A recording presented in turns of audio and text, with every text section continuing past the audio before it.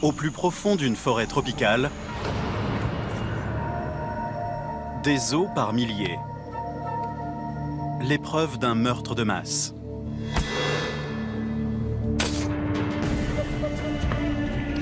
Les victimes, probablement des personnes de haut rang. Une dynastie royale au sommet de sa gloire, ont été exécutées et jetées dans un bassin rempli d'eau. 1000 ans plus tard, cette excavation contient les preuves irréfutables non seulement du destin tragique de ces individus, mais aussi du déclin de l'une des plus grandes civilisations de l'histoire. Un mystère qui implique passion, jalousie et avidité.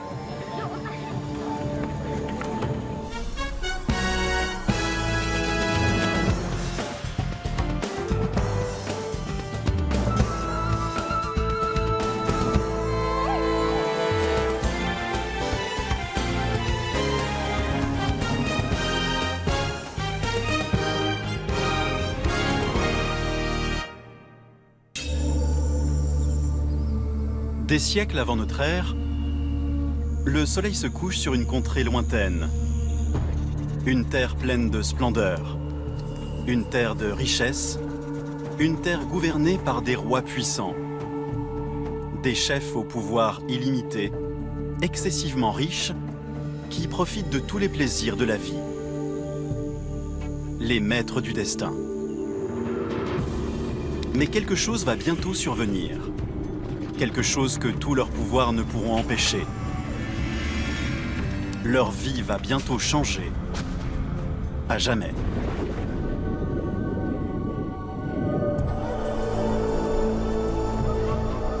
Canquen, Guatemala. Autrefois une cité foisonnante au centre d'une grande civilisation, les Mayas. Un mystère émerge du cœur de cette jungle. Une découverte inquiétante. Des milliers d'os. Des os qui constituaient autrefois des êtres vivants.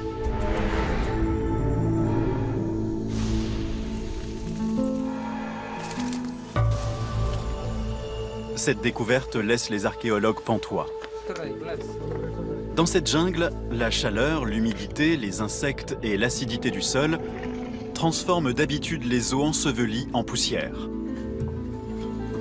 Pourtant, l'état de conservation de ces os est quasi parfait. Pour l'archéologue Arthur Desmarest, la découverte est rare, passionnante et troublante à la fois. On se sent comme un détective qui se rend sur les lieux du crime pour y découvrir des choses très étranges. Il y a beaucoup d'éléments inhabituels sur ce site. Étrange et perturbant. Il y a une telle quantité d'eau. Et bien trop de cadavres. Peut-être des dizaines de morts ont été jetés dans un bassin rempli d'eau. Tous en même temps. Il leur est arrivé quelque chose de terrible. Mais quoi? Et pourquoi? On peut penser en premier à un sacrifice humain. Ça paraît horrible à nos yeux, mais pour les Mayas, c'était essentiel à la vie. Ils croyaient que leur dieu exigeait du sang humain. Les Mayas leur en faisaient cadeau. En échange, leur dieu leur garantissait des récoltes généreuses et considérait leurs rois comme des êtres divins.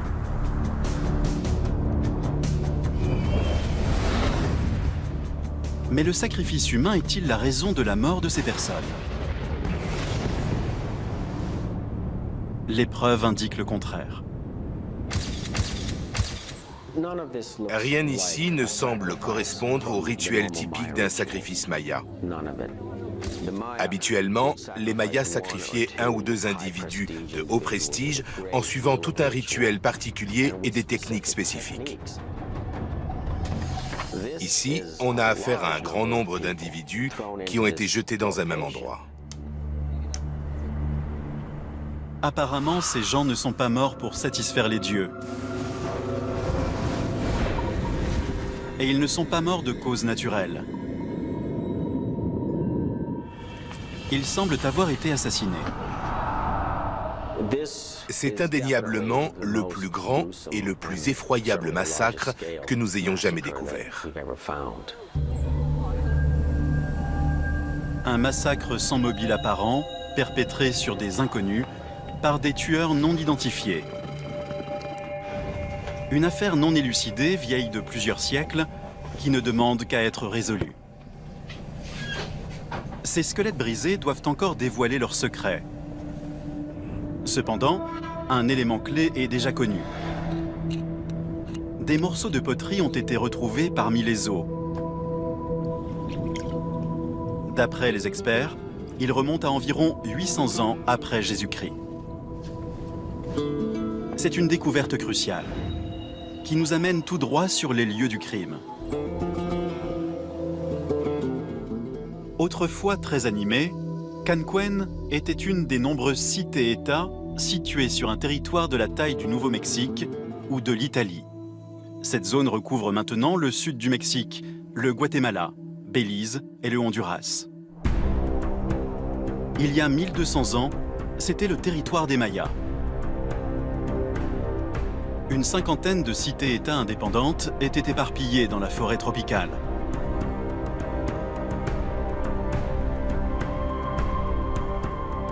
La plus grande de ces villes comptait plus de 10 000 constructions et 100 000 habitants.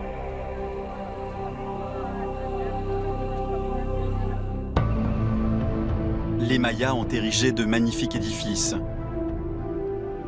ont créé des œuvres artistiques sublimes. Ils ont inventé le système d'écriture le plus complexe d'Amérique et ont élaboré leurs propres mathématiques.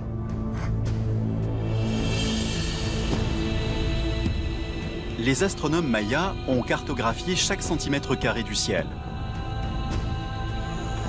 C'étaient des commerçants, des guerriers, des sorciers.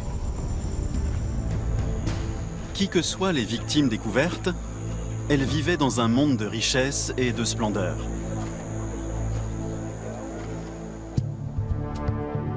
Leur ville n'était peut-être pas la plus grande, mais elle avait un avantage unique: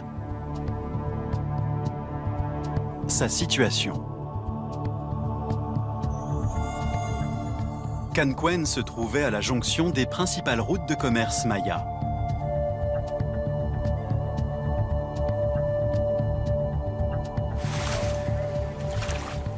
C'était comme Hong Kong, Singapour, Amsterdam ou le canal de Panama.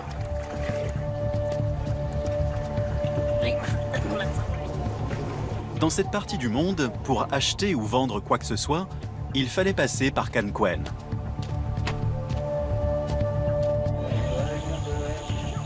Canquen avait également un autre atout qui garantissait son importance.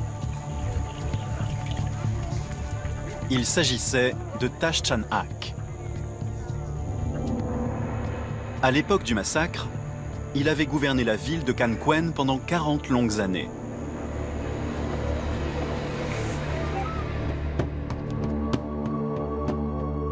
Chaque ville maya avait son propre roi. Mais Tash Chan Ak était le plus populaire de tous.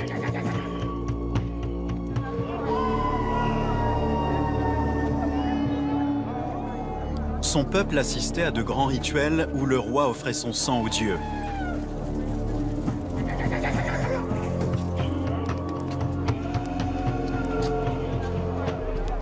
Il se lacérait le corps, se coupait la langue et se perçait même le pénis en échange de la paix, de la prospérité et de la pluie salvatrice. il se tailladait les chairs pour le bien-être de son peuple. Il l'incitait au dévouement le plus total.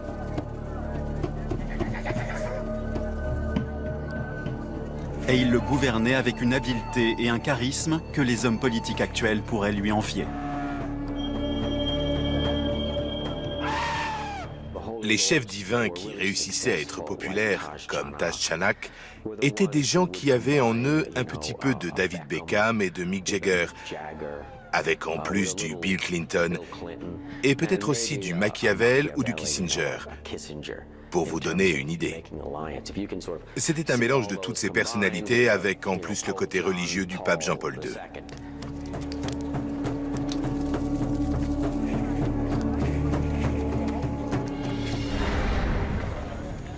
L'extraordinaire leadership de Taj Chanakh et la situation stratégique de Kanquen, au milieu des routes commerciales, étaient sans doute suffisants pour qu'il mène sa ville au sommet de sa richesse et de son influence. Il n'avait peut-être pas besoin d'une armée pour dominer ses concurrents. Si quiconque transgressait la loi, il pouvait couper son accès aux biens sacrés qui affluaient dans sa ville, comme les coquilles de Spondylus et les plumes de Quetzal.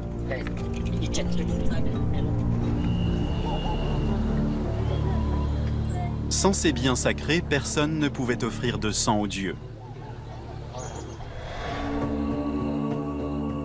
Sans ces rituels, les rois n'avaient aucun pouvoir et leur cité risquait de déplaire aux dieux. Dans ce jeu très risqué de politique maya, Taj Chanakh avait toujours toutes les cartes en main.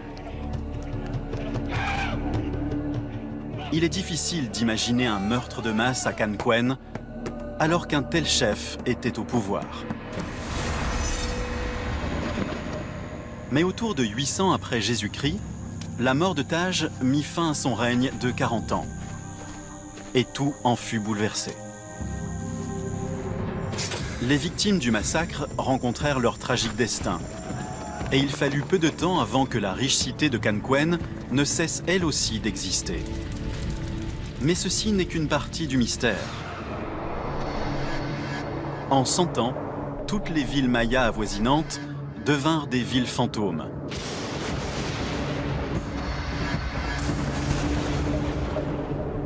Après des siècles de grandeur, le monde maya se désintégra rapidement. Personne ne sait pourquoi. Même sans parler des œuvres d'art ou des tombes, ni des glyphes ou de la science, on est en droit de se demander pourquoi une telle civilisation a si mal fini. Arthur Desmarest espère que la grande quantité des os retrouvés à Kanquen pourra apporter des réponses à cette question. En effet, avant de mourir, les victimes ont peut-être été les témoins de la chute de leur propre civilisation. La nature étrange de leur mort a permis de préserver leurs os dans des conditions exceptionnelles pour le monde maya. Leurs assassins les ont jetés dans ce qui est maintenant une mare boueuse au milieu d'une forêt non fréquentée. Mais 1200 ans plus tôt, c'était un bassin sacré recouvert de stucs près du palais royal de Kanquen.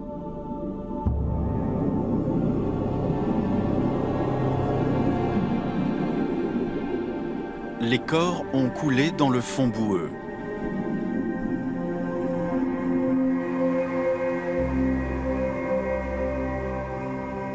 L'eau et la vase ont recouvert et protégé les os pendant plus de 1000 ans.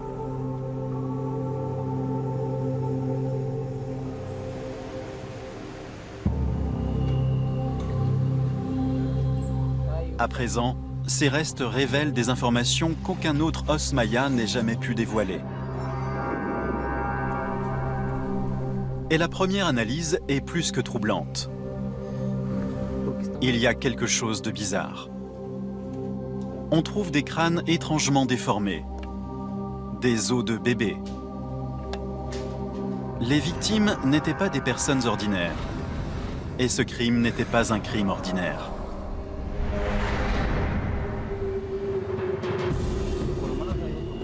Au Guatemala, une découverte rare permet de faire la lumière sur un crime ancien. Les preuves suggèrent qu'il s'agit d'un horrible massacre.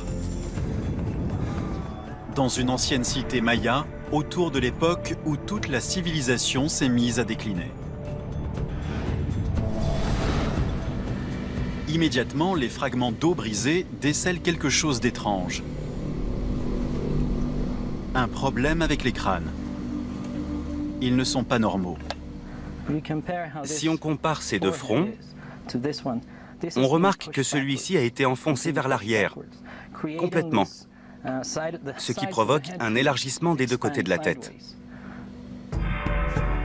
Comparé à un crâne normal, celui-ci a le front plat et le sommet allongé. Ça ressemble à un étrange défaut génétique. Mais il n'en est rien. Il pourrait bien s'agir d'une marque de vénération volontaire.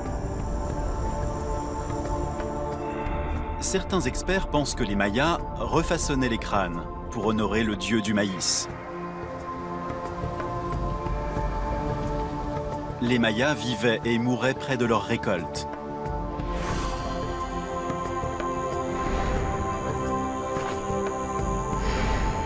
Il se peut que, par gratitude, ils aient observé cette étrange coutume pour lui rendre hommage.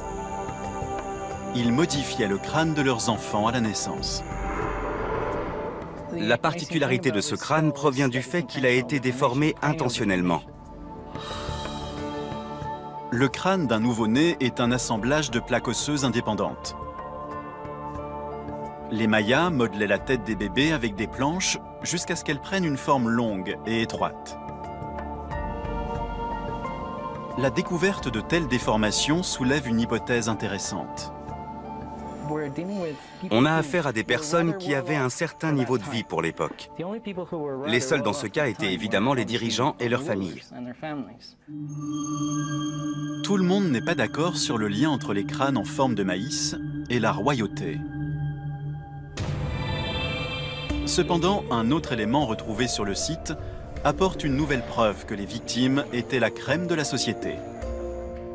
Le jade. Une pierre plus précieuse que l'or pour les Mayas. Les victimes en portaient une quantité hallucinante. L'une d'elles arborait même quelque chose d'encore plus précieux que le jade, un collier de dents de jaguar. Le jaguar possède 4 canines. L'un des colliers retrouvés à Canquen en comptait 36. Pour le fabriquer, il avait fallu chasser et tuer 9 de ces grands félins d'Amérique. Pour l'acheter, il fallait posséder une fortune. Le propriétaire du collier devait donc être très riche. Il semble que les victimes avaient les moyens de s'acheter tout ce qu'ils désiraient.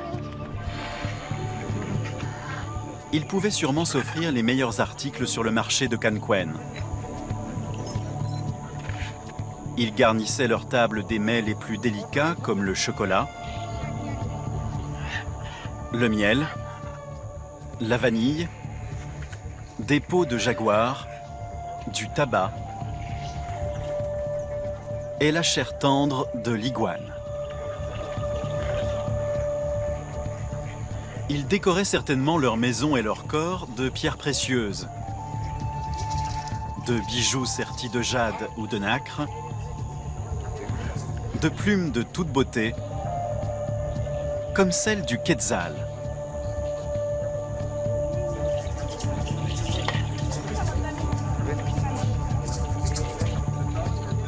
Seuls les nobles pouvaient posséder une plume de quetzal.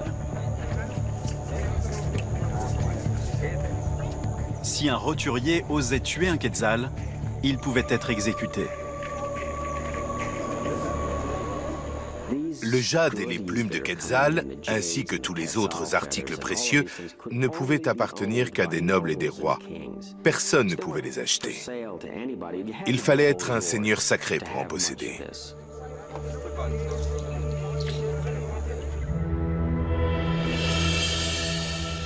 Mais les objets précieux n'étaient pas les seuls privilèges. Les roturiers ne pouvaient se marier qu'à une seule femme. Les aristocrates de Canquen, eux, en avaient beaucoup. Ils vivaient avec elle dans un luxe époustouflant. Dans un énorme palais de 200 pièces, plus vaste que 5 terrains de football. L'un des plus grands édifices de la civilisation maya.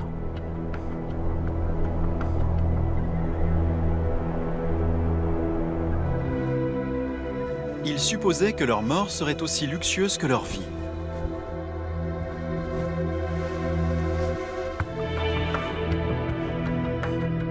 Pour passer dans l'éternité, ils portaient leurs somptueux ornements en jade. Ils s'aspergeaient de cinabre, le précieux symbole de la vie éternelle, et afin de toujours rester magnifiques, ils cachaient la décomposition du mort derrière un superbe masque mortuaire.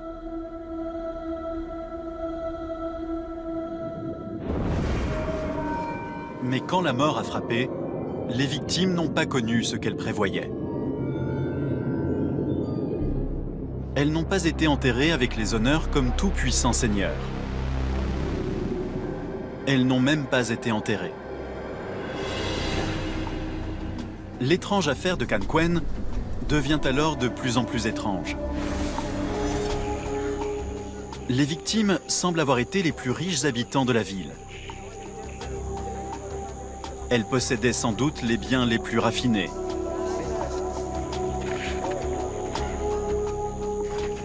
La plupart des habitants devaient envier leur richesse. Mais les preuves écartent tout vol. Apparemment, les coupables les ont jetés dans un bassin d'eau alors qu'ils portaient encore leurs bijoux. Le mobile du massacre n'était pas l'argent. Alors, quel était-il? Les os révèlent alors un autre fait marquant. Les victimes n'étaient pas tous des hommes. Parmi les 31 personnes mortes ici, il y avait des hommes, des femmes et des enfants. Une autre information provenant du site fait froid dans le dos. Elle dévoile que les meurtres n'étaient pas qu'un simple massacre.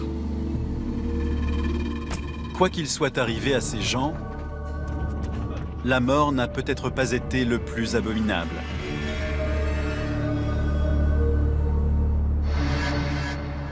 Au Guatemala, une affaire classée d'il y a 1200 ans commence à révéler ses secrets. Les assassins et leurs mobiles sont encore inconnus. Mais une nouvelle preuve est apparue. L'arme du crime. Des haches en silex et des couteaux ont été retrouvés avec les squelettes des victimes. Cette nouvelle découverte dirige l'enquête vers une voie très sombre. Ce que nous observons ici, c'est peut-être la preuve qu'il s'est passé quelque chose de soudain et que ça a été évidemment très violent. Les enquêteurs ont déjà vu ce genre de preuves auparavant. Mais elles ne dataient pas d'une époque si ancienne.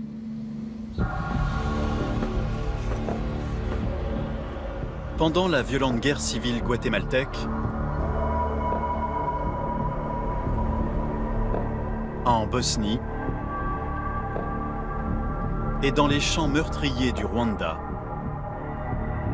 on a connu les pires massacres de masse et les pires génocides de notre époque.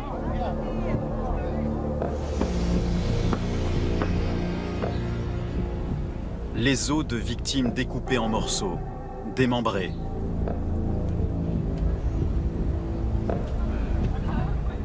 Des hommes, des femmes et des enfants.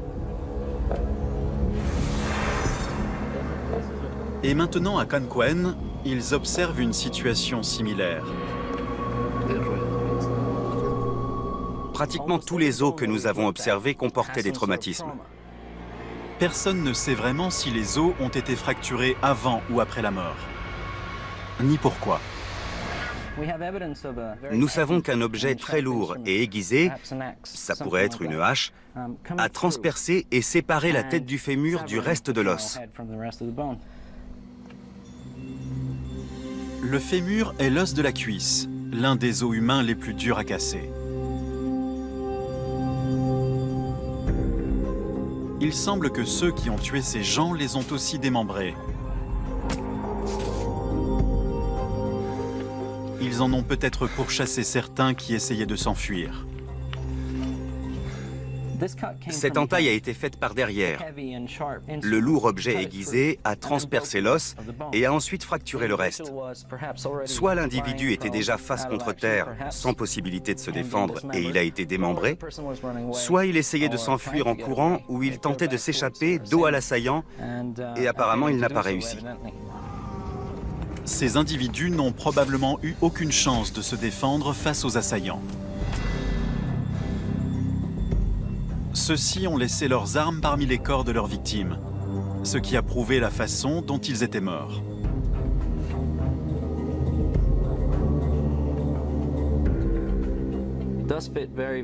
Ce fragment entre parfaitement dans l'entaille sur l'os.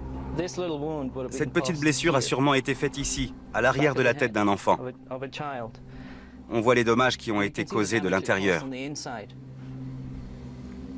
Prenons le cas d'une des victimes, un jeune garçon. Ceci est un os du cou. Il appartient à un jeune enfant de moins de 12 ans. Les assaillants l'ont peut-être surpris, et il a alors tenté de s'enfuir. Ils étaient trop rapides et le garçon n'avait aucun endroit pour se cacher. Voici la preuve d'une blessure au couteau au niveau du cou. La seule façon pour que ce genre de blessure ait été perpétré, c'est que la tête a dû être tirée en arrière et que le coup a été infligé en dessous de la mâchoire. Une fin particulièrement horrible pour un garçon si jeune. Cependant, ce garçon n'était pas la plus jeune victime.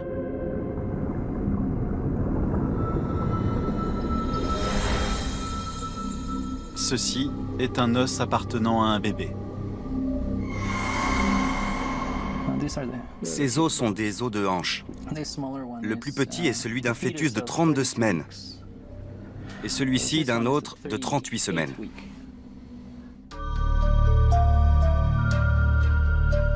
Ces os sont la preuve d'une sombre réalité.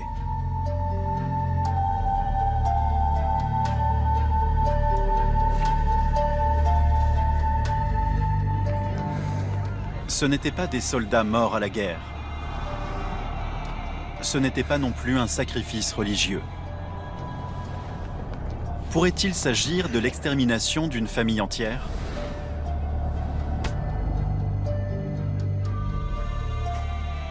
Si ces gens étaient des nobles, leur mort n'avait rien d'aristocratique. Alors pourquoi ?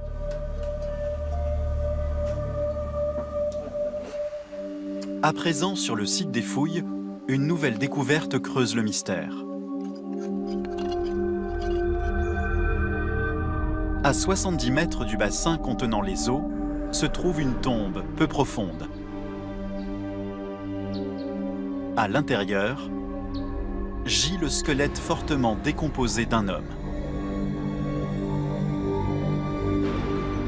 La personne qui a enterré cet homme a pris la précaution de disposer dans sa tombe une rangée de magnifiques coquillages sculptés.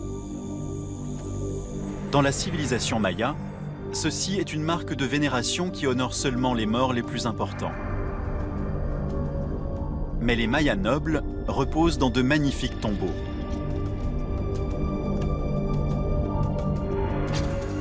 Et la tombe de cet homme recouvre à peine son cadavre.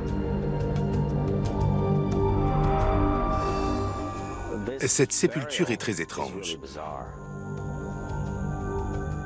Il n'y a pas de tombe, pas de cyste, pas même de dalle en pierre au-dessus, et le trou ne fait que 60 cm de profondeur dans la boue.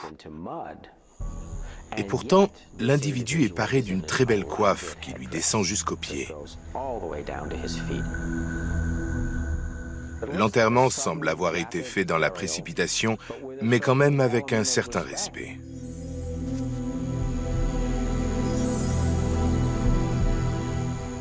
Qui était cet homme?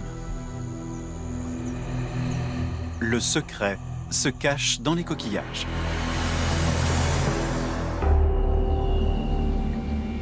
Au Guatemala, l'enquête sur un massacre très ancien prend un nouveau tournant surprenant. Près des victimes se trouve un homme enterré avec les honneurs royaux, mais dans un trou peu profond non identifié. En analysant les glyphes mayas sculptés sur des coquillages, l'enquête devrait révéler la signification de ces inscriptions anciennes, si jamais quelqu'un parvient à les déchiffrer. Des siècles plus tôt, une attaque sans merci a failli exterminer la langue maya.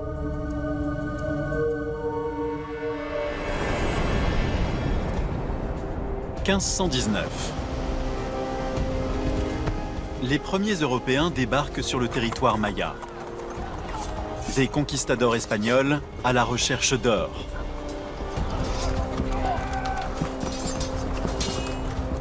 Et des missionnaires chrétiens à la recherche d'âmes. À leur grand étonnement, ils découvrent des livres écrits dans la langue maya, la langue la plus avancée jamais inventée aux Amériques. Ces livres témoignent du génie de cette grande civilisation. Des calendriers complexes, des textes sur l'astronomie, des plans pour des rituels grandioses. Mais pour les Espagnols, ce sont les œuvres de Satan. Incapables de les lire, gênés par leurs étranges images, les Espagnols décident de les brûler. Seuls 4 livres ont survécu à la destruction incessante des conquérants. La langue la plus sophistiquée jamais développée en Amérique disparaissait. Ce n'est que dans les années 60 que des experts sont parvenus à en dévoiler les secrets. Mais ont-ils suffisamment de connaissances pour lire les coquillages de Canquén?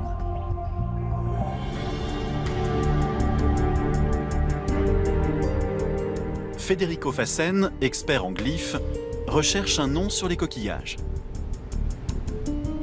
Il reconnaît le glyphe à la tête de singe, le mot maya « mash », et un autre glyphe, Can. Que représentait ce nom? Fassen connaît la réponse. Des pierres sculptées de Canquén possèdent les mêmes symboles et un glyphe qui indique la royauté. L'homme s'appelait Canmash et son identité ne fait aucun doute. Canmash était un roi de Canquén, la ville où les meurtres se sont déroulés. C'était un dirigeant riche et puissant, enterré comme un mendiant dans une tombe sans indication. Pourquoi un roi aurait-il été insulté de la sorte? Ça n'a pas de sens. Mais les glyphes révèlent encore une chose. Le roi Canmash est mort vers 800 après Jésus-Christ. C'est à cette même date que les 31 victimes ont été massacrées à seulement 70 mètres de sa tombe.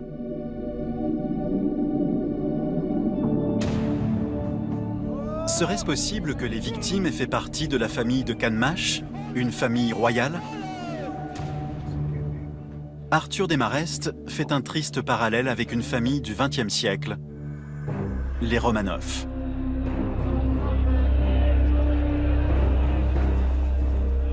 En 1918, les révolutionnaires ont capturé le tsar russe Nicolas II, sa femme Alexandra et leurs 5 enfants. Et ils ont abattu toute la famille, même les plus jeunes, afin de détruire leur dynastie.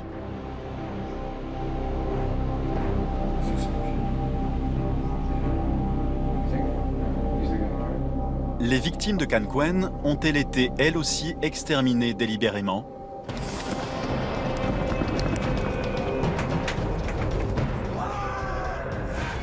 Il semble que le roi a été assassiné et que toute la famille royale a été massacrée. Et puis après, plus rien. Le site a été abandonné. On assiste à un revirement total de situation. Peu de temps après le massacre, la grande ville de Canquen s'effondre. Sa richesse et sa puissance tombent dans le néant.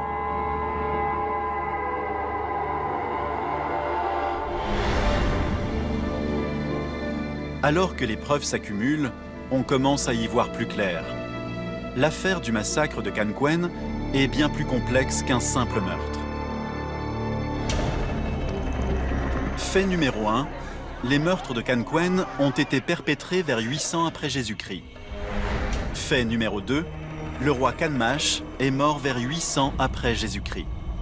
Fait numéro 3, la cité de Canquen a soudainement disparu de l'histoire vers 800 après Jésus-Christ. Fait numéro 4, les Mayas ont commencé à abandonner toute leur cité vers 800 après Jésus-Christ.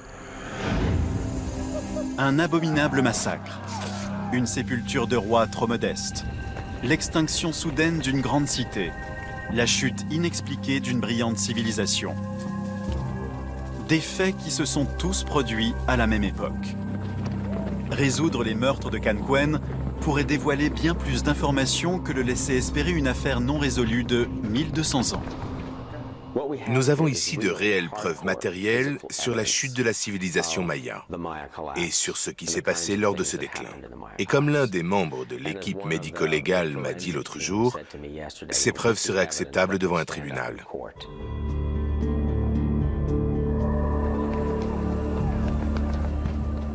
Personne n'est certain de la cause du déclin des Mayas. Peut-être un désastre écologique. Pendant des siècles, les Mayas ont abattu des arbres pour faire du feu et pour cultiver leurs champs. Mais les arbres protègent le sol de l'érosion. Quand ils ont coupé leurs forêts, les Mayas ont exposé leurs terres au pouvoir destructeur de l'eau et du vent. Elles se sont transformées en terrains stériles, juste au moment où la pire sécheresse depuis des siècles a commencé à ravager leur contrée. Mais la plupart des experts est persuadée que la sécheresse et la famine n'ont pas été les seules causes qui ont détruit les Mayas. Ils pensent que leurs politiques ont peut-être eu un certain impact.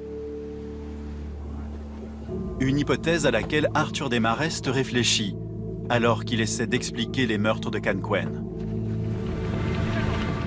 Les couteaux et les haches retrouvés auprès des corps seraient les armes du crime. Quant aux mobiles, ils pourraient bien remonter à des décennies avant le massacre. Dans une société où le sexe, la politique et le pouvoir sont au cœur des enjeux.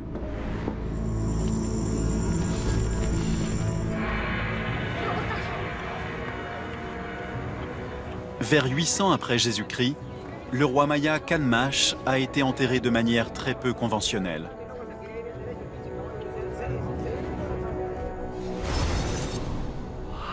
Une sépulture peu profonde et sans inscription.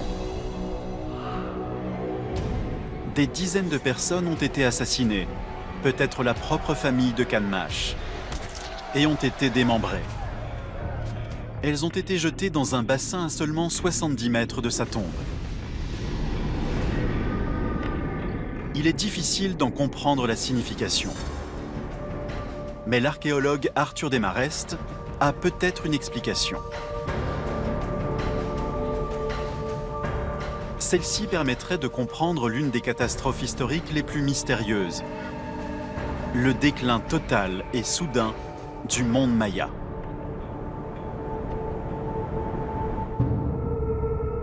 Autour de la même date que les meurtres de Canquen, un grand nombre d'individus a soudain abandonné la ville et d'autres cités mayas. Avant de mourir, les victimes de Canquen ont peut-être vu les milliers de réfugiés quitter la ville et traverser la forêt tropicale. Les villes où ils s'installaient à la recherche de nourriture et d'un abri ne pouvaient supporter l'afflux. Dans une certaine mesure, on a ici une sorte d'effet domino où les cités de l'Ouest ont peu à peu été abandonnées. C'était un problème de population déplacée, comme diraient les Nations Unies aujourd'hui. C'était des dizaines de milliers, voire des centaines de milliers de gens qui perdaient leur maison et qui migraient vers d'autres régions. Le nombre de personnes de plus en plus désemparées augmentait. Soudain, la situation est passée de très mauvaise à totalement catastrophique. Tout à coup, il y avait 10, 20, 30 000, 100 000 personnes qui se déplaçaient vers une région. La situation devenait invivable.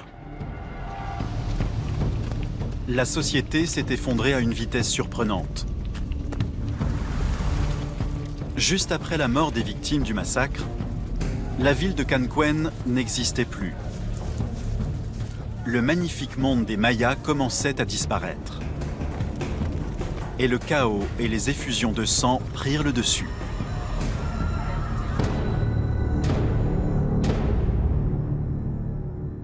Ça a été soudain, en seulement 50 ans, et ça a été violent. Pourquoi cela s'est-il passé? Qu'est-ce que les victimes ont vu au cours des derniers jours de leur vie?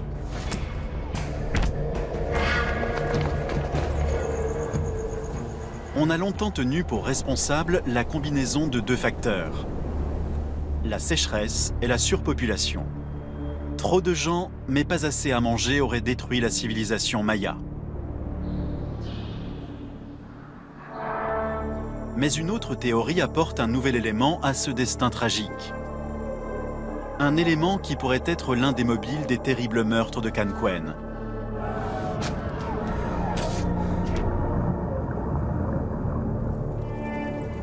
Ces meurtres pourraient être liés à un coupable inattendu. Le père de Canmash, le roi Tash-Chanak.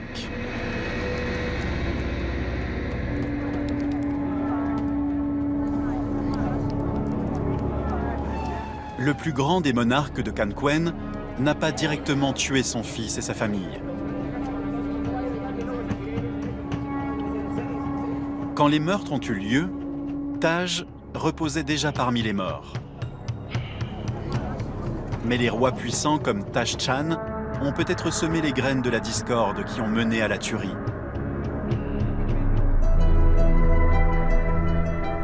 Non pas par la violence, mais par les relations sexuelles, en donnant le droit au roi Maya de posséder autant de femmes qu'il désirait. Et pas seulement pour le plaisir. Comme les autres chefs mayas, Taj pouvait forger des alliances en se mariant avec des filles d'autres rois. Plus il faisait d'alliances, mieux c'était. On peut parler de polygamie stratégique. Un roi comme Taj avait pour but d'agrandir son pouvoir. Mais pour ses descendants, cela signifiait un désastre à venir. Même si tous ces mariages royaux ont en effet créé des alliances durables, ils ont également provoqué un problème encore plus durable. Les enfants royaux. Les experts ont fait les calculs. Si le roi d'une cité maya avait seulement 4 enfants, et que chacun d'eux en avait 4 également, et que chacun de leurs 16 petits-enfants en avait 4 également, le roi aurait 32 arrière-petits-enfants. Et ceci avec une seule femme. Si on multiplie ce nombre par plusieurs femmes, après seulement 200 ans, plus de 500 personnes dans une seule cité maya pouvaient se prétendre de sang royal. Arthur Desmarest pense que c'est une des raisons pour laquelle le palais royal de Canquen comptait plus de 200 pièces.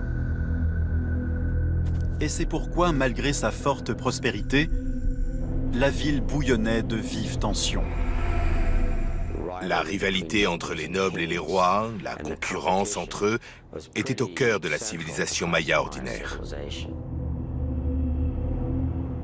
Un certain nombre de personnes vivaient à leur cour et étaient ensuite placées sur le trône dans différentes villes. Les nobles subalternes s'efforçaient d'améliorer leur prestige, qui était la source majeure de leur puissance. Ce n'était pas qu'une question de guerre, de rituel ou d'alliance. Il fallait construire les plus grands temples et exposer ses richesses les plus impressionnantes. Cette concurrence entre les chefs devait leur demander de dépenser de plus en plus. Les victimes de Canquen appartenaient-elles à ces aristocrates qui passaient commande d'édifices toujours plus grandioses pour surpasser les autres? Si oui, ce ne sont pas eux qui les construisaient, ni eux qui les payaient. C'étaient les gens du peuple qui s'y collaient et qui devaient travailler sans solde et payer des impôts. Le fardeau sur la société, sur les classes moyennes et les plus pauvres, était de plus en plus lourd par rapport à ce qu'on leur demandait de produire pour faire face à ce système de rivalité grandissant. Vu sous cet angle, le monde luxueux des victimes de Canquen paraît soudain très différent.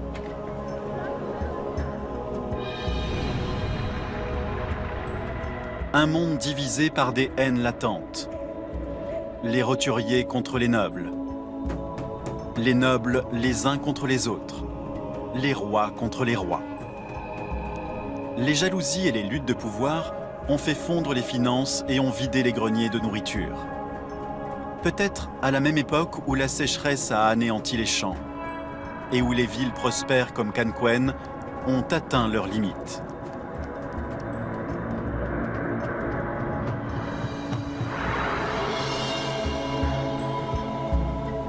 Soudain, l'enterrement irrespectueux de Canmash ne semble pas si étrange.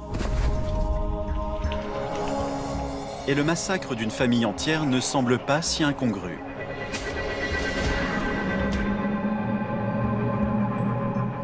Arthur Desmarest pense que vers 800 après Jésus-Christ, seul un roi aussi puissant que Tashchan-Ak aurait pu maintenir une société qui commençait à se craqueler. Après lui, personne n'en était plus capable.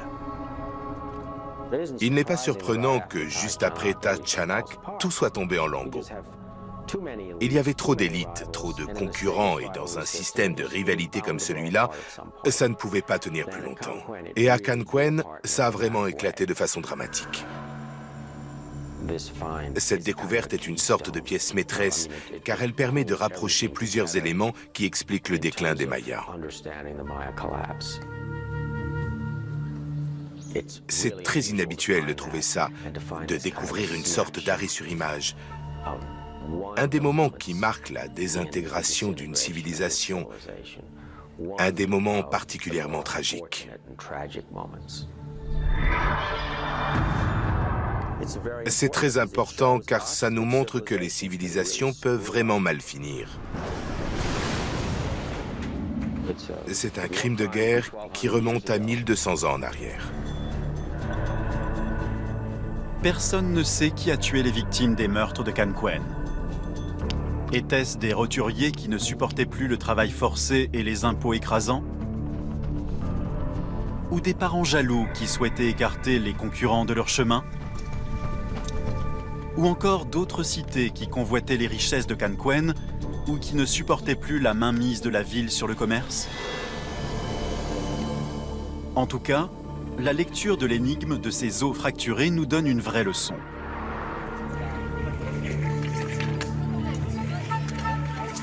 Les Mayas ont prospéré pendant plus de 1000 ans. Ils ont nourri de larges populations au milieu des tropiques. Ils ont construit de grandes villes de toute beauté. Ils ont établi des calendriers d'une étonnante exactitude. Ils ont créé un langage sophistiqué, des mathématiques complexes et des œuvres d'art magnifiques. Ils ont maîtrisé la nature, le temps et le monde de l'esprit. Mais il y a une chose que leur intelligence n'a pas réussi à maîtriser et qui les a finalement détruits. Ils n'ont pas réussi à se maîtriser eux-mêmes.